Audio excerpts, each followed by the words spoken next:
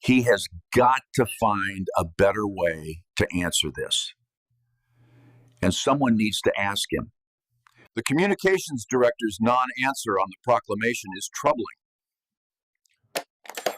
Hello, who's this? Hello, Greg. This is Sherinian. Oh, hi.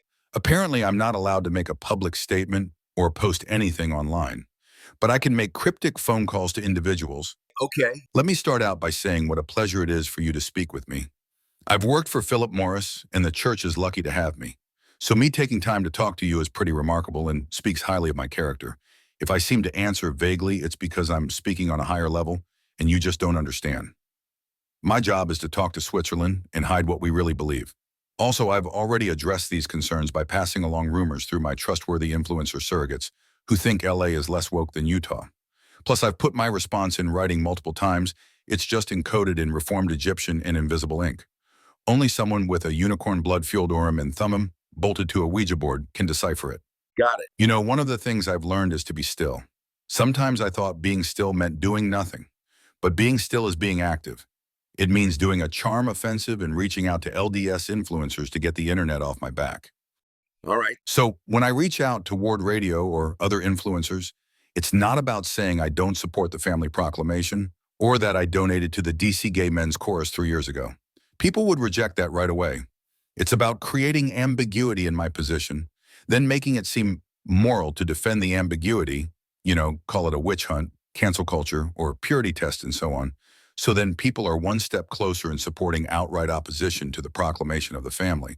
Sure. Then from there, it's simple. Step 1, reduce the family proclamation to a political talking point. Just a bunch of angry right-wing extremists. Step 2, claim the church is neutral on politics. Step 3, conclude the church is neutral on the family proclamation. But here's what I like. Here's the new twist. I love this. Step 1, label insistence on orthodoxy regarding the family proclamation as a purity test. Step 2, argue that the church would never approve of purity tests, implying it's negative. It sounds mean. That's not being a peacemaker. Step 3, conclude that insisting the family proclamation is essential to LDS belief is therefore wrong. Easy as that. Okay. Now there I go again. Talking. Do you have any questions for me, Greg? Do you support the family procedure of praying in the car before every road trip? If you don't pray, your car will explode. Someone said to me, don't take it personally. There is nothing more personal. I take it personally. The other person is taking things personally. We are all persons. Persons do person things. It's the personification of personhood to personalize personal critiques from personalities who personify personness. I hope that answers the question. Is that all? Do you support the family proclaiming Saturday morning as pajama only until noon? As far as I'm concerned, it's always pajama weekend. And of course, I've been very clear. My role is to support the leaders of the church in what they say, even though I don't agree with it and I think it's hateful. The real question is, what does someone mean when they say, don't take it personally? Really, that's the most important thing we can be asking right now. It sounds clever and deep, doesn't it? What they are really saying is, don't stop the work you are doing. And that is ensuring we are getting out the church's core message, which is donating fruit trees and conserving water. I sense there is more on your mind. Is there anything else you wanted me to address? Do you support the family procrastinating tithing settlement until December 31st? Why stop at December 31st? Picture this, triennial tithing settlement. We're piloting it in Ward, Nevada right now. Furthermore, members should really ask themselves, are you questioning the Brethren's hiring decisions? The Brethren are aware of my posts about trans support that are still up on my X account. Dallin H. Oaks is a whiz at internet sleuthing. Of course I've left those up. The Brethren happen to like them. Do members think they know better than the Brethren?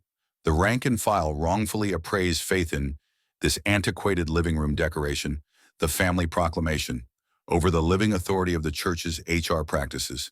Think about this. Sometimes being still means allowing things to happen so some better things can take place. And that better thing is members defending my ambiguity, thereby defending the promotion of trans ideology within their faith community. Anything else you want to know? Do you support the family procuring an entire pallet of Oreos for emergency storage? Depends on what's on sale at Costco or what kind of discount I can get for writing their DEI policies. If you think about it, the family proclamation is open to multiple interpretations. There's not just one way at looking at it. There's like JST or NIV or Pirate Bible versions that members can reinterpret, ignore, or even reject while still being considered faithful. Okay. Building a narrative is easy. Just find the angriest guy online and convince everyone that his outrage is the real issue, not the argument itself. Sure. When someone says the LDS Director of Communications can't both champion gender fluidity for kindergartners, double mastectomies for minors, and sterilizing hormones for prepubescent kids, while still publicly waving the banner of LDS doctrine, I say, why not? In fact, you're toxic for even asking. The brethren are ashamed of you. Where's your faith in the Book of Mormon? Where's your faith in LDS hiring practices? All right. Saying the brethren can't change their stance on the family proclamation is apostasy. Are you saying you wouldn't trans your firstborn while wearing a miniskirt made of Skittles if they told you to? Got it. What I truly hope has been helpful in this conversation is not just its content, but how personable I seem. Anyways, I have to get going. We'll see if we can get Elder Renlund on one of those Bible cruises of yours. If things go well, maybe we'll get a good guest or two on your YouTube channel in the future. That sounds about right. Okay, goodbye. Did I directly bring up the family proclamation? No, because I didn't need to. You can just feel it. That kind of deep, burning love doesn't need words. We need to move on from Aaron. The fact that he responds quickly to phone calls speaks volumes about his character. It's not his words that define him, it's what he does. And what he does as comms director is communicate with words, which we should completely ignore. This message is brought to you by Cardio Miracle.